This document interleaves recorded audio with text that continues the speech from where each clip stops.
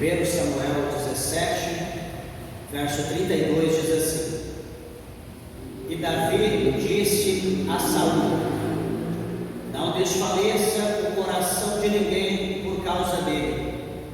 Teu servo irá e pelejará contra esse filisteu. Porém Saul disse a Davi: Contra esse filisteu não poderás ir para pelejar com ele, pois tu ainda és moço, e ele homem de guerra desde a sua mocidade.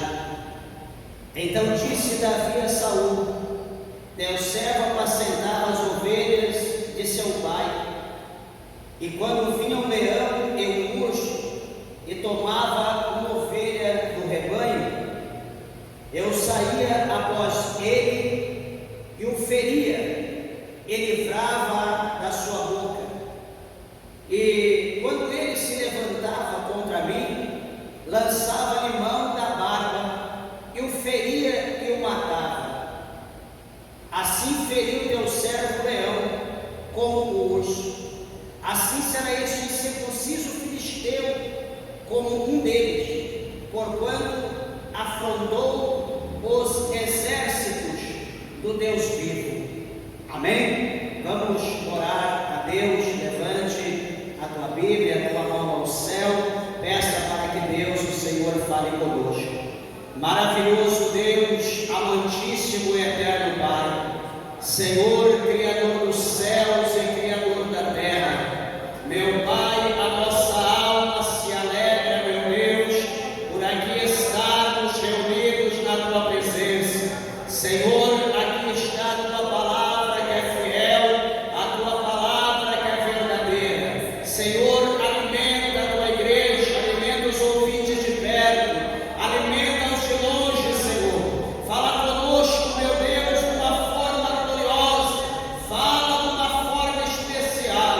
Guarda, Senhor, o teu povo, abre a porta do nosso coração e que a tua palavra, ela venha do profundo da alma e que ela produza o resultado pela qual ela é enviada pelo teu Espírito. Fala conosco, em nome de Jesus, para a glória de Deus. Amém. Podeis assentar, meus irmãos. Desocupe as tuas mãos e dê uma salva de palmas com alegria a Jesus.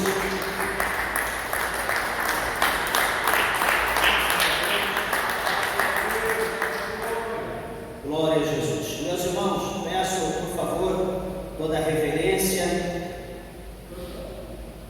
A palavra de Deus, tenho certeza que o Senhor, Ele tem uma mensagem ao nosso coração. Meus irmãos, muitos já se pregaram acerca dessa palavra, né, que suponho que é do conhecimento, né, de todos que leem a Bíblia, de todos que frequentam a casa de Deus.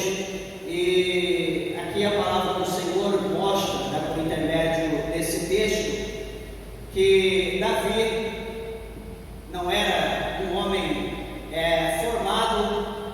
Ainda Davi, como o próprio texto aqui nos mostra, por Saul, que Davi era um moço, né, ele era jovem, e independente, né, dele ser já um homem experiente ou não, havia sobre Davi uma presença diferente, que era a presença de Deus. E a presença de Deus na vida de qualquer pessoa, ela faz toda a diferença. E eu quero falar com os irmãos nessa noite acerca do que houve para que Davi pudesse ser uma pessoa diferente, porque Davi não era assim, um jovem tão valente quanto aquele está dizendo. Veja bem que no capítulo 16 deste livro, a Bíblia é clara em relatar para nós que Samuel é convidado por Deus para ir à casa de Jessé, o belemita, né, que era o pai de Davi. O Senhor manda Jessé ir até lá. O Senhor ordena que ele pegue a sua botija de azeite, né, ou chifre de azeite, e vem até a casa de Jessé, ou vai até a casa de Jessé. Por quê? Porque lá na casa de Jessé o Senhor havia provido já um rei. a partir do verso 1, nós vamos ver que Samuel, ele está ali meio que chorando, ele está ali meio que lamentando, porque aquele que ele havia ungido como rei de Israel, cujo nome era Saul, ele havia sido reprovado por Deus, o Senhor o reprovou. Então veja que ele está chorando, né? Ele está ali pedindo a Deus que o Senhor tenha misericórdia ou alguma coisa do gênero. Mas a Bíblia vai mostrar que Deus o ignora e diz: olha, não adianta você orar, porque eu já o reprovei, eu tenho algo novo, eu vou substituí-lo. E o Senhor então manda ele à casa de Jessé, porque lá na casa de Jessé, Deus tinha preparado já um novo rei.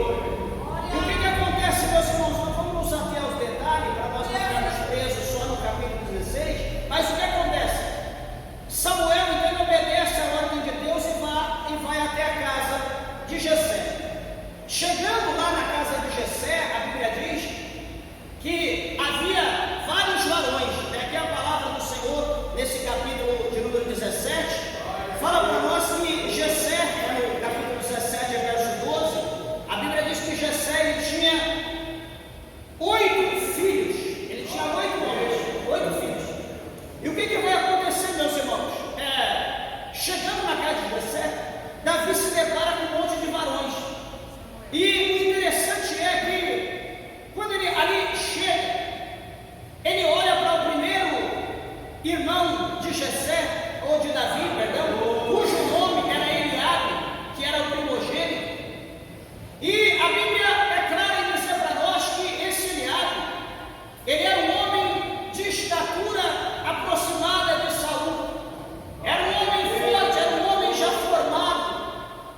E esse Eliabe, ele estava ali ocioso na casa do seu pai. E então, aos olhos, presta bem atenção, aos olhos de Samuel, ali estava o novo rei, porque Samuel achava que o homem para ser rei tinha que ter os mesmos parâmetros, as mesmas estruturas, o mesmo porte físico.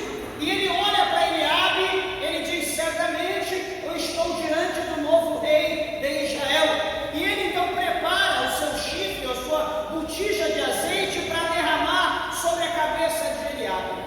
Só que ele é surpreendido pelo Senhor. A Bíblia diz que o Senhor vai dizer para ele: olha, não faça tal coisa, porque esse eu tenho reprovado. E o Senhor vai dizer para ele: olha, Samuel, eu não vejo como o homem vê.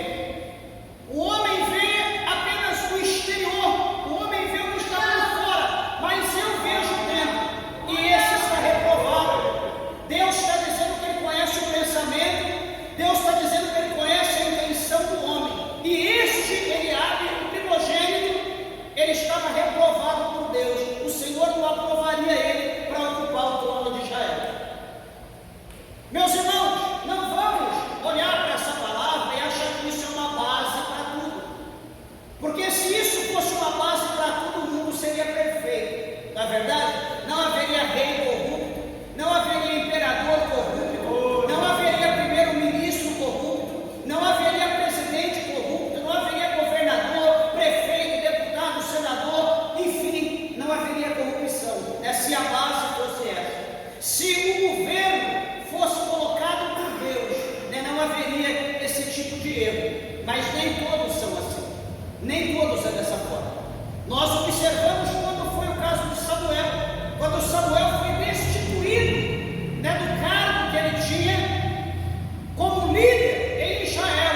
O povo não quis mais Samuel e queria que Deus levantasse um homem, como as outras nações tinham.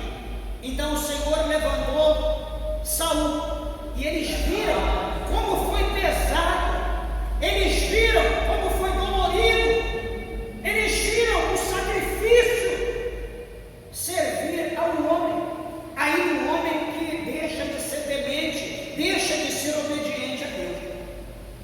É interessante que Salomão, ele escrevendo em Provérbios, ele diz que quando o justo ele governa, quando o justo ele lidera, ele está no poder, ele diz que o povo então ele se alegra. E aqui o povo já não estava mais alegre, nem Deus estava alegre com Saul.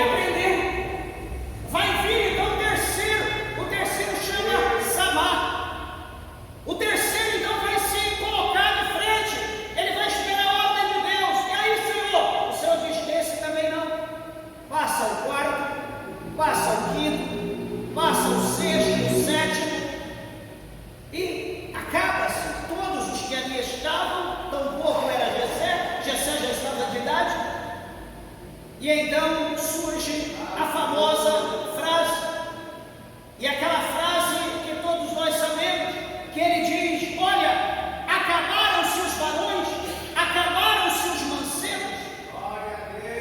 E o que Jessé vai dizer? Não, ainda falta ainda um que é o menor, falta o pequeno, falta o moço. E o que vai acontecer, meus irmãos? A Bíblia vai mostrar para nós que Samuel, ele dá uma ordem e diz: traga ele aqui, porque nós não sentaremos para o banquete, nós não sentaremos para comer ao redor da mesa, enquanto este menor não vier. Então alguém vai buscar Davi. Davi estava no deserto, Davi estava apacentando, estava cuidando das ovelhas, e Davi estava longe, provavelmente demorou um bom tempo até chegarem a Davi e dizer: olha, a visita em casa. Tem um profeta de Deus, Samuel, está em casa, ele quer ver, vamos, apressa-te, vamos embora. E então, passando-se algumas horas certamente, Davi chega. Quando Davi entra, quando ele adentra a sua casa, está ali muitos homens, está ali Jessé, o pai, está ali todos os irmãos de Davi, está ali Samuel, está ali alguns anciãos também, está ali o banquete, a mesa está pronta. Amados, quando eu olho para essa cena, eu observo como Deus, ele trabalha, como Deus, ele sabe agir, quando ele quer exaltar alguém que está sendo desprezado, alguém que está sendo humilhado, alguém que é desprezível aos olhos da sua própria casa, da sua própria família. Olha, todos estão dentro de casa, está todo mundo tranquilo, e só o menor está trabalhando, só o menor está no campo. Talvez ali ele era como alguém que cuidava, que trabalhava para as coisas mais difíceis, o trabalho mais complexo era colocado na sua mão. Talvez porque ele tinha mais capacidade, mais habilidade, não sei, mas ele estava longe de casa, ele estava longe de todos. Nós vamos observar no texto adiante que ele foi humilhado pelo seu próprio irmão Eliabe, o mais velho. Ele foi desprezado pelo seu próprio irmão. Mas deixa eu dizer uma coisa: quando Deus quer exaltar alguém, Deus prepara um congresso. Quando Deus quer exaltar alguém, Deus prepara uma convenção, Deus prepara um simpósio, Deus prepara um meio onde muitas pessoas possam se congregar, muitas pessoas possam estar ali, amigo, inimigo, parente e vizinho, enfim. E aí então o Senhor aponta e diz: você. Quem? Você. Todo mundo olha, eu, não. Até a própria pessoa olha para um lado e para o outro, e o Senhor diz a você: levanta, vem aqui. É agora que você vai receber a minha promessa. É agora que eu vou te exaltar, é agora que eu vou engrandecer você diante do povo. Amados irmãos, essa é a palavra que o Senhor mostra para nós diante da situação, diante do cenário de Davi. Quando Davi entra, o Senhor fala por intermédio de Samuel e diz: olha, é este será o novo rei, unge-o. A Bíblia diz que Samuel então derrama a botija de azeite. Os seus irmãos não estão entendendo aquilo. Talvez olha para o profeta, pensa que o profeta está na carne, talvez pensa que o profeta está contra eles, ou enfim, alguma coisa está acontecendo, meus irmãos, mas não era a vontade de Samuel. A vontade de Samuel era ungir Eliabe, foi reprovado por Deus. A vontade de Deus era Davi, Deus escolheu Davi. E a Bíblia diz que ele foi ungido. E a partir do momento, presta atenção agora, a partir do momento que Davi recebeu a unção, o Espírito Santo de Deus, ele se apoderou da vida de Davi, e Davi agora ele se tornou um novo homem. A partir daquele momento agora, Davi ele foi cheio da presença de Deus, ele se torna agora um homem diferente. Ele não é mais aquele homem que ele era antes, talvez aquele homem tímido, talvez aquele homem cabisbaixo, talvez aquele homem que só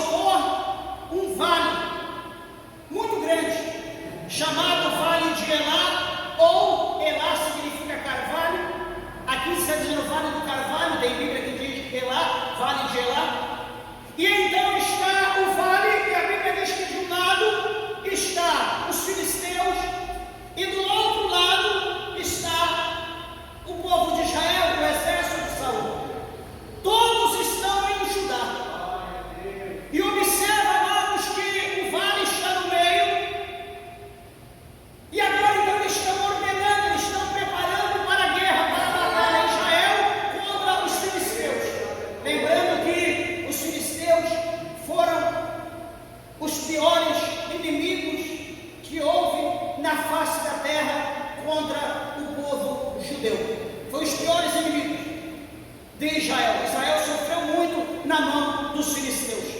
E veja uma coisa, que quando eles estão preparando para a guerra, homens, na mesma estatura, mesmo peso, mesmas habilidades, todo mundo ali naquela expectativa, quem ia pegar quem primeiro, enfim, só que para a surpresa, ou para o terror de Israel, a Bíblia vai mostrar que se levanta um homem, que a Bíblia diz no verso 4 do capítulo 17, levanta um homem com a altura de 6 côvados e 1 palmo. 6 côvados e 1 palmo. Traduzindo isso, dá 2,90 metros. Um homem de aproximadamente 3 metros de altura. E esse homem sobressaía a todos, quase o dobro dos que ali estavam.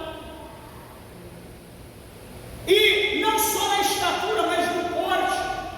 Um homem que era como um carro blindado, um homem fortemente armado. E aquele homem veio andando, tomou a frente dos filisteus, e bem na beira do vale, ali ele abre a sua boca, e a Bíblia diz que ele vai lançar um desafio. Mais interessante quando eu disse que esse homem parecia um carro blindado, parecia um tanque, é necessário nós olharmos para o versículo 5 do capítulo 17.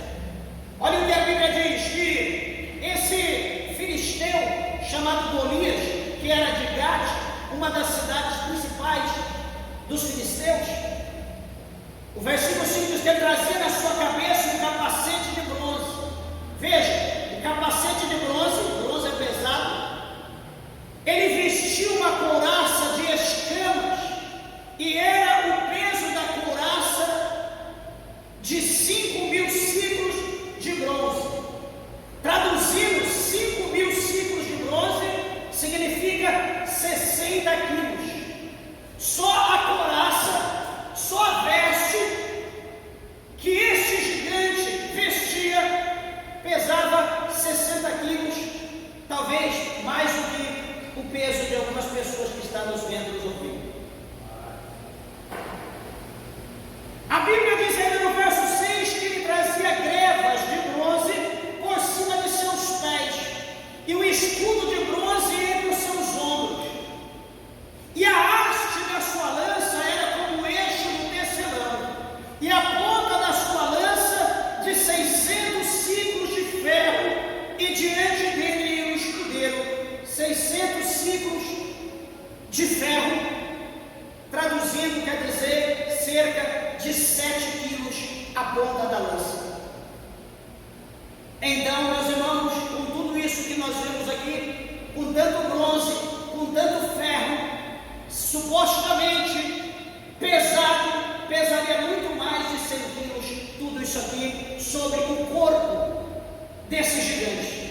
Imagina a força que ele tinha, a destreza para usar a sua lança, para usar o seu escudo, para usar a sua espada, porque não era alguém, um vacilão que ficava vacilando, lento, lerdo. Ele tinha destreza, ele era um guerreiro, ele era guerreiro desde a infância, desde a sua mocidade, e a Bíblia diz que ele foi invencível, ele nunca perdeu nenhuma batalha. Então, ou seja, aos olhos dos filisteus, eles já estavam cantando a vitória. Porque o que vai acontecer? A Bíblia diz que no verso de número 8,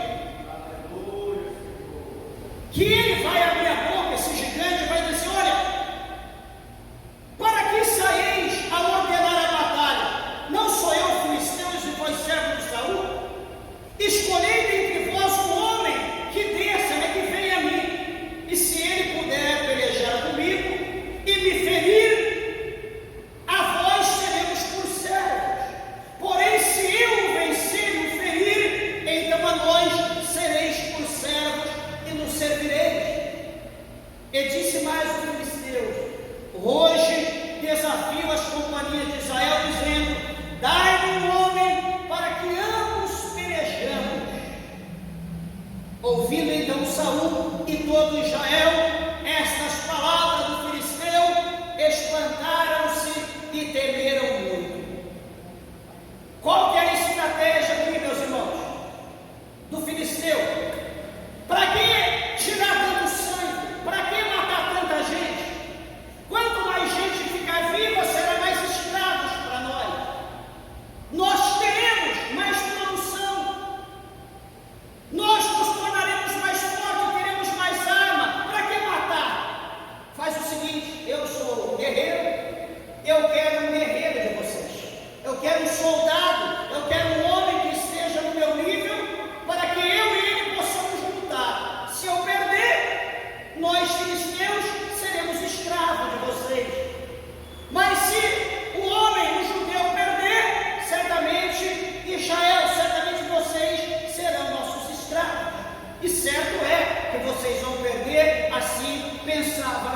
gigante filisteu, Golias. Amados e queridos irmãos, a Bíblia vai mostrar para nós que durante 40 dias, pela manhã e pela tarde, todos os dias, durante 40 dias, esse gigante afrontava. Durante 40 dias, esse gigante lançava a palavra de maldição, xingava o povo de Israel, e ninguém fazia nada, desde o menor, do soldado mais simples, até o capitão, até o rei. Todos temiam, todos tinham medo, ninguém tinha coragem de lutar. E detalhe, meus irmãos, pela estatura do rei, pelo seu porte físico, o rei Saul era o mais próximo, não tão grande, mas pela estatura, ele sobressaía em estatura, diz a Bíblia. Então ele era o mais próximo, era o que estava mais perto para lutar com o gigante Golias. Mas cadê a coragem? Havia algo na vida, deixa eu te dizer uma coisa, havia algo na vida de Saul que Saul perdeu e que agora ele precisava e ele não tinha.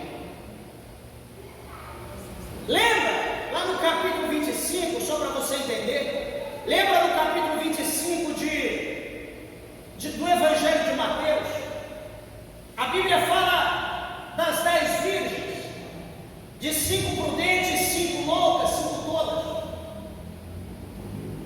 O que acontece ali? Elas estavam esperando o esposo, todas preparadas, todas com lamparina, eram virgens, aguardavam o esposo, porém 5 tinha azeite de sobra e também o azeite da lamparina. As outras, as tolas, só tinham azeite na lamparina, porém não tinha azeite de sobra. A Bíblia diz que, tardando o esposo, elas tosquenejaram, elas adormeceram, elas dormiram. Mas o capítulo 25, verso 6 de Mateus diz que à meia-noite ouviu-se um clamor, e esse clamor dizia: aí vem o esposo, sai-lhe ao encontro. Então aquelas virgens se levantam, se preparam, se arrumam, e elas então vão ao encontro do esposo. Porém as tolas, que não tinham, só tinha lamparina, mas não tinha azeite de sobra, elas diziam: olha, virgens prudentes, dá-nos o vosso azeite, porque a nossa lamparina se apaga. E as prudentes então disseram: olha, ide ante aos que vendem, comprai azeite para vós, para que não seja o caso de faltar para nós e para vós, ide comprai.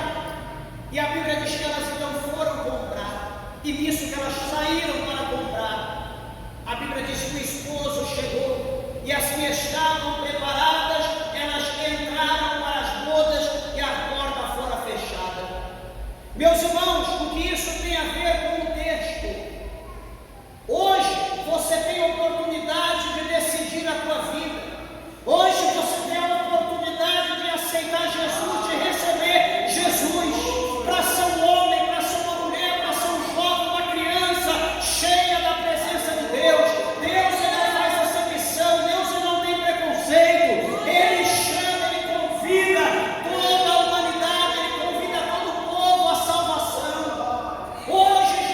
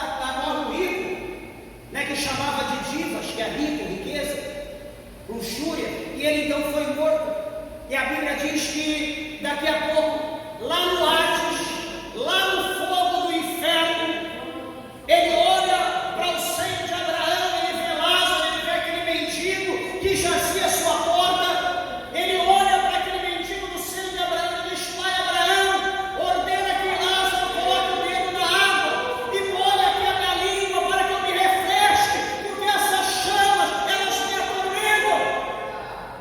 E ele diz: manda ele lá na casa do meu pai, porque eu tenho mais 5 irmãos, para que eles se arrependam, se convertam e não venham para cá. Amados, hoje Deus está dando oportunidade, amanhã pode ser tarde. O verso 16, o verso 14, na verdade, do capítulo 16, mostra para nós aqui em 1 Samuel, veja bem, capítulo 16, 14 de 1 Samuel, olha que coisa triste, olha que lamentável.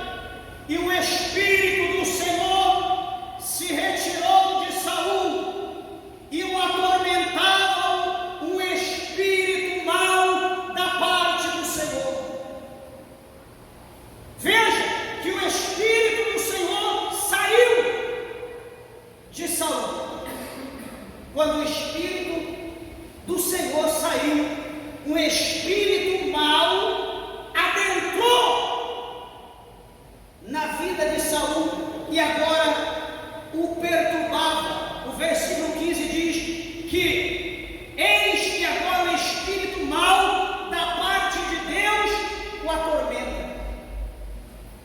Amados e queridos irmãos, todo ser humano, dentro de nós há um lugar reservado, porque todos nós somos feitos para adorar a Deus. Todos nós somos adoradores. Detalhe, nós adoramos a Deus ou nós adoramos o demônio? Nós adoramos a Deus ou nós adoramos o diabo? Não adianta a gente querer adorar a Deus de noite e de dia adorar o demônio. Deus, ele não tem prazer nessa adoração. A adoração é exclusiva para Deus. É noite e dia, em todo tempo. A adoração precisa ser para Deus. O Espírito do Senhor saiu. Então o espírito do mal, opa, a casa está limpa. Ele entrou e tomou a vida de Saul. E Saul agora é atormentado. Saul agora se torna um homem odioso. Saul agora se torna um homem que ira. Saul se torna um homem que tem vontade de matar. A Bíblia diz aqui no capítulo 17 que ele tentou matar Davi por várias vezes, com ódio, com ciúme, com ira, porque todo mundo gostava de Davi. Davi andava com prudência e aquilo irava e enlouquecia Saul. Mas por quê? Porque não havia nele a presença de Deus. Quando não há a presença de Deus na vida do homem, quando não há a presença de Deus na vida da mulher, quando se perde essa presença, ele se torna um homem mau caráter, se torna um homem cobiçoso, um homem soberbo, um homem que não tem paz, impaciente, uma pessoa escandalosa, se torna a pessoa da pior estirpe, enfim. E o que vai acontecer aqui, amados e queridos irmãos? A Bíblia vai mostrar para nós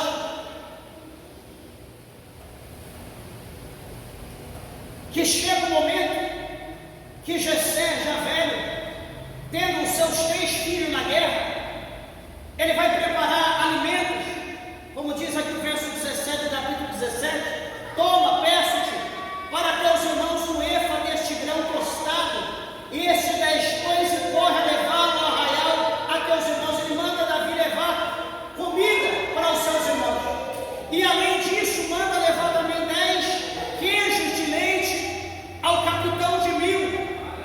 E ele manda Davi então observar como está a guerra, ele manda observar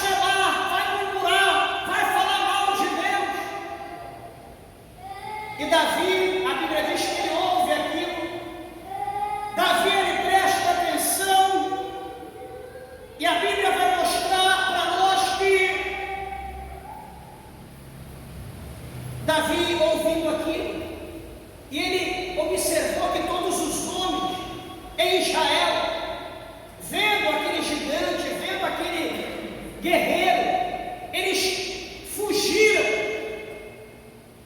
Diante dele, da face dele, temia muito. Por isso os filisteus já estavam dando como vencido. Mas o que vai acontecer, meus irmãos? Alguns dos homens que ali estavam, Davi ouve no verso 25, que aqueles homens vão começar a sussurrar, eles vão começar a falar alguma coisa, dizendo: olha, vistes aquele homem que subiu? Viu aquele gigante, aquele guerreiro?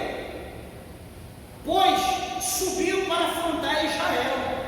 Há de ser, pois, que o homem que o ferir, o rei o enriquecerá de grandes riquezas, e lhe dará sua filha, e fará livre a casa de seu pai em Israel. Olha, o homem será genro do rei, ele se tornará poderoso, ele vai casar com a filha do rei, a família vai ser abençoada, não precisará pagar impostos para o rei, ficará livre de impostos.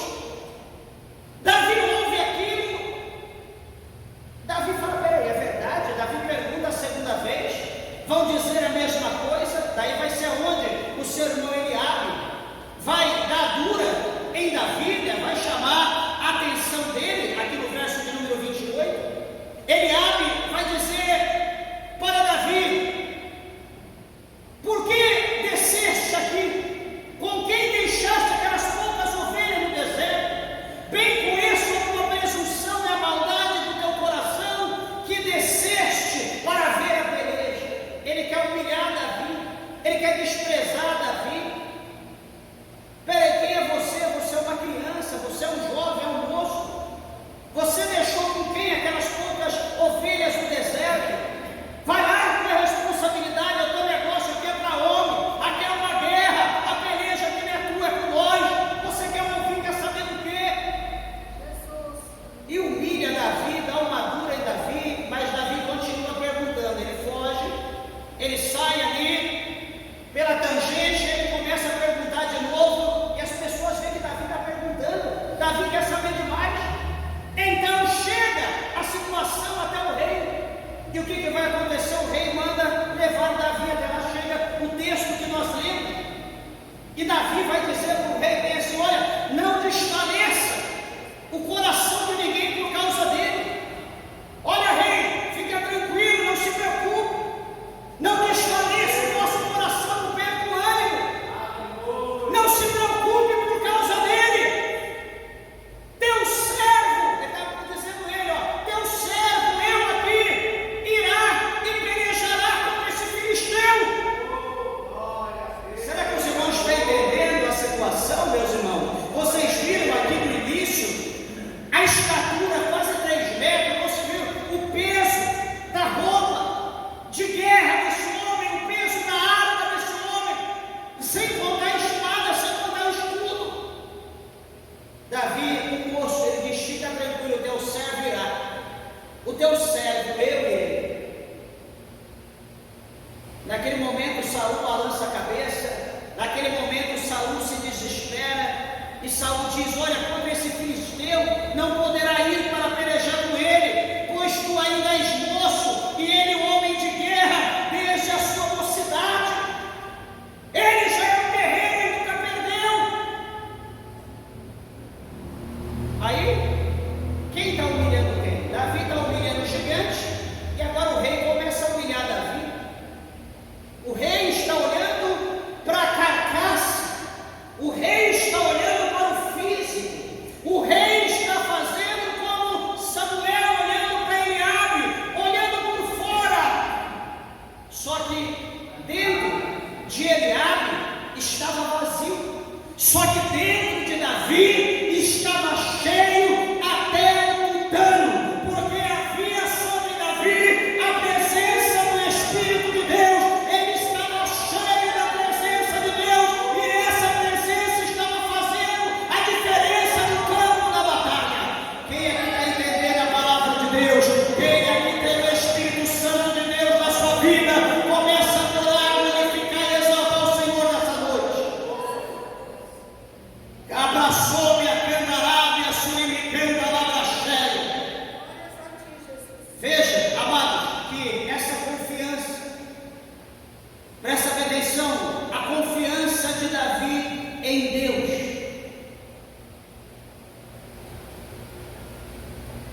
fez Davi vencer esse desafio.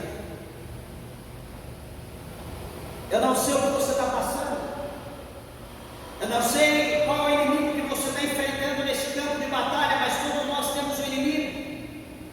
Talvez já se manifestou, talvez esteja oculto, mas todos nós temos um inimigo. Talvez ele te afrontou, está afrontando ou afrontará. E detalhe, você precisará confiar na presença do Deus que te chamou, na presença do Deus que te encheu da presença dele, do Espírito Santo, porque vai ser essa presença que fará com que você ganhe a batalha. Espera aí, então quer dizer que Saul deu os filisteus como vencedor, mas Davi vai dizer: olha, o teu servo apacentava ovelhas, vinha urso, como também o leão, tragava a ovelha, levava embora para devorá-la. O teu servo perseguia, livrava a ovelha da morte, e vindo o urso ou o leão contra o seu servo para matá-lo, o seu servo rasgou no meio, matou, o destruiu. E assim eu farei contra este incircunciso filisteu que afronta os exércitos do Deus vivo. Lá no açude a candarábia, veja o que Davi está mostrando, o que a Bíblia está mostrando aqui, o que Davi está querendo dizer, que Davi está se colocando como um pastor. Ele está mostrando que o exército de Israel é como a sua ovelha, é como as ovelhas que estavam no aprisco. Davi está mostrando aqui que aquele gigante é como o urso, é como o leão que estava tentando plagar a ovelha. Ele até plagou, mas Davi foi atrás, livrou as ovelhas e destruiu o urso como o leão. Assim Davi está dizendo que ele, como pastor, ele fará a mesma coisa com o impostor. Você está entendendo a palavra de Deus nessa noite? Você pode glorificar a Deus, exaltar o nome do Senhor.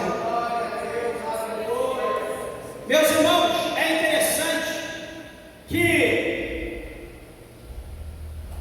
Davi vai dizer: olha, o Senhor me livrou da mão do urso, o Senhor me livrou da mão do leão, o Senhor me livrará da mão desse incircunciso filisteu.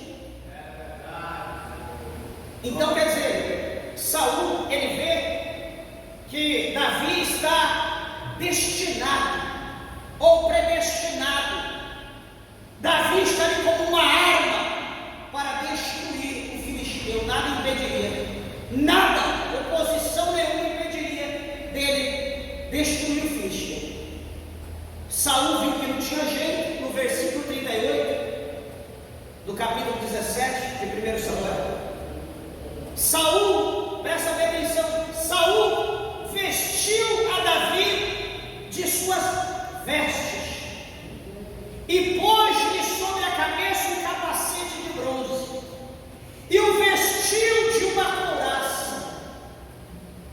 E Davi cingiu a espada sobre a sua veste, ou as suas vestes, e começou a andar.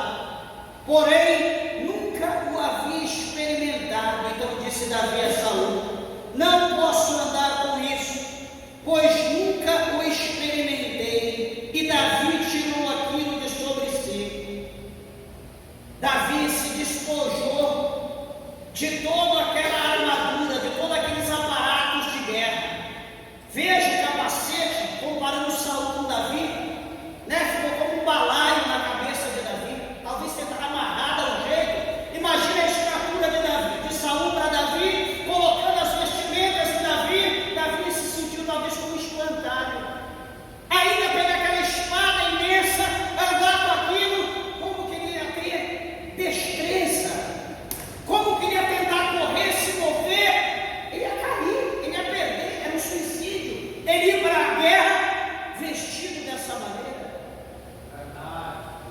Meus irmãos, o verso de número 40, a Bíblia vai dizer que tomou, Davi então, olha as armas de Davi.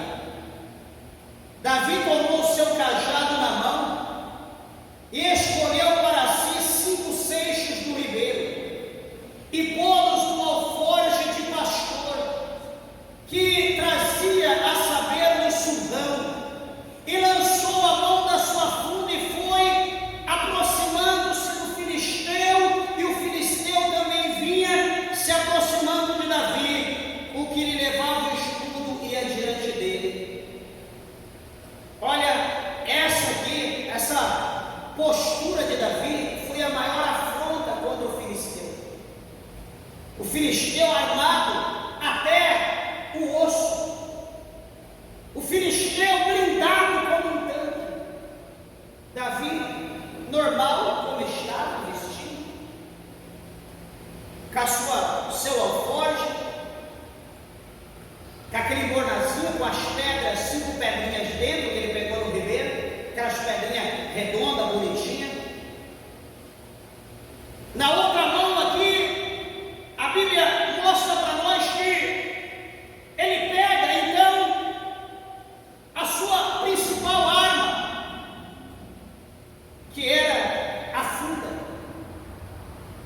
e ele então vai ao encontro com o seu cajado, com a sua funda. Ele vai guerrear contra um guerreiro. Talvez todo mundo chorando, talvez Israel lamentando, achando que ia perder, porque olha a situação, né? É impossível, que não tem nexo, não tem base uma coisa dessa. Meus irmãos, só que Davi, ele vai mostrar para nós, aqui no verso 47, presta atenção como que é a ótica de Deus. Davi fala dessa maneira: e saberá toda esta congregação que o Senhor salva, ou que o Senhor livra, não com espada nem com lança, porque o Senhor é a guerra e Ele vos entregará na nossa mão. Então Davi está dizendo que o Senhor, para ganhar, Ele não precisa de espada, Ele não precisa de lança, Ele não precisa de escudo.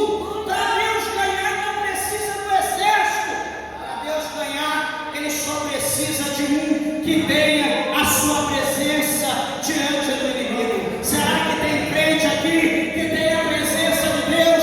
Será que tem crente aqui que está cheio do Espírito Santo de Deus, como Davi aqui estava cheio? Lá Camaçube, a Candarábia, Suribicanda, Labra cheia. A Bíblia vai mostrar que no verso 49, aliás, no 48, aqui na parte B, que Davi, ele apressou em correr-se.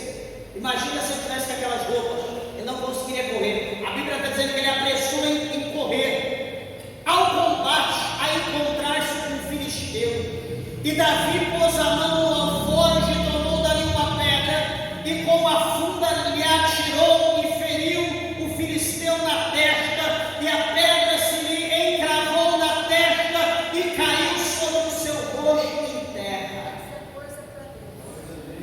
Amados irmãos, aquele homem estava blindado, havia somente um local na testa que estava aberto.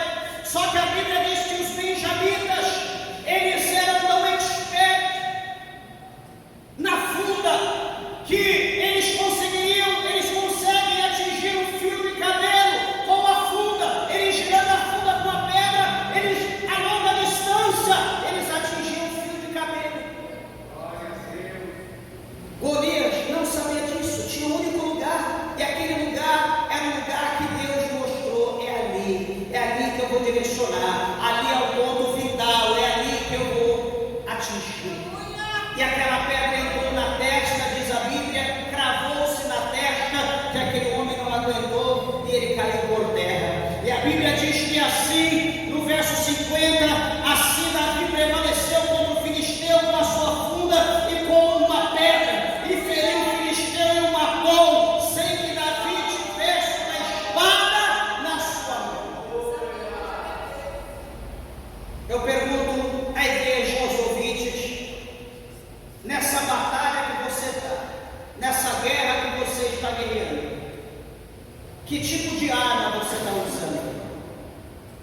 Que tipo de arma você está utilizando contra o teu inimigo? Tem gente que nessa guerra está usando a língua, desculpa de falar, usando a língua de víbora para blasfemar, para falar mal, para humilhar, para desprezar. Cuidado. Golias fez isso durante 40 dias, 2 vezes por dia. Ele foi enforcado pela sua própria língua. A sua língua o traiu. Cuidado. Qual arma que você está usando? As suas vestes. Cuidado, que as vestimentas de Golias não livrou do ataque, não livrou da morte, o seu escudo não livrou, a sua espada não livrou. Eu quero dizer à igreja nessa noite, peça a Deus, peça ao Senhor as armas espirituais, que é com elas que nós combatemos o nosso adversário, o nosso inimigo.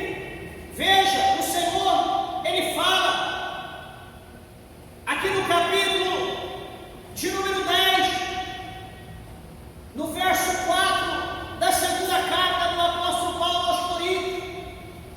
Veja, capítulo 10, versículo 4, 2 Coríntios, está escrito: porque as armas da nossa milícia não são carnais, mas sim poderosas em Deus para destruir as fortalezas. As nossas armas, elas não são carnais, mas são poderosas em Deus para destruir as fortalezas. Paulo fala mais à frente que a nossa luta ela não é contra a carne e contra a sangue. Cuidado que você está fazendo, cuidado como você está lutando. Olha a maneira que você está tratando o teu cônjuge, olha a maneira que você está tratando o teu filho, olha a maneira que você está tratando o teu pai, olha a maneira que você está tratando o teu amigo, a tua amiga, olha a maneira que você está tratando os irmãos da igreja, o teu pastor, a tua ovelha, os obreiros da casa de Deus. Olha como você está tratando a tua liderança. Deus, Ele está vendo, e o homem ele não prevalecerá, diz a palavra de Deus, pela força do seu braço. Nós só vamos vencer se Deus estiver na peleja, se nós estivermos usando essas armas aqui que o Senhor Deus, Ele está dizendo que elas não são carnais, mas sim poderosas em Deus para destruir as fortalezas. Dava súbia, candarábia, surimicanda, labracheia. Encerrando o verso 51 no capítulo 17 de 1 Samuel. Por isso correu de novo, por isso correu Davi e pôs-se em pé sobre o filisteu e tomou a sua espada e tirou-a da bainha e o matou e lhe cortou com ela a cabeça. Vendo então os filisteus que o seu herói era morto, fugiram. Meus irmãos, deixa para rir por último, deixa o inimigo rolar, deixa ele levantar a bandeira, deixa ele se exaltar. A palavra de Deus fala aqui em Isaías, já encerra. Diz o Senhor que, vindo o inimigo como uma corrente de água, o Espírito do Senhor arvorará contra ele a sua bandeira. Deixa eu te dizer, o inimigo vai até onde Deus permitir. Ele não vai passar dali, ele tem um limite. É como o mar ruge, é como um leão, mas você não pode passar da areia. Deus colocou o limite, Deus colocou a areia até aqui. Por mais que o mar ruge, dá medo, mas ele não passa dali, ele tem que cumprir a palavra de Deus. O teu inimigo ele vai até onde Deus permitir, então não subestime, mas todavia confie no Senhor, que toda a força, todo o poder vem de Deus, e Deus certamente Ele nos dará vitória, né? O salmista escreveu dizendo que o cavalo, ele se prepara para o dia da batalha, mas a vitória, ela vem do Senhor. Você crê na palavra de Deus? Você confia no trabalho de Deus? Dê uma salva de palmas, bem alegre, exalta o nome do Senhor. Bem alegre, exalta e glorifica a Deus, pois o Senhor é digno. Graças a Deus. Amém? Que Deus abençoe a vida dos meus irmãos grandemente. Amém, meus irmãos? Deus possa recompensar a todos. Dê uma salva de palmas bem alegre para Jesus.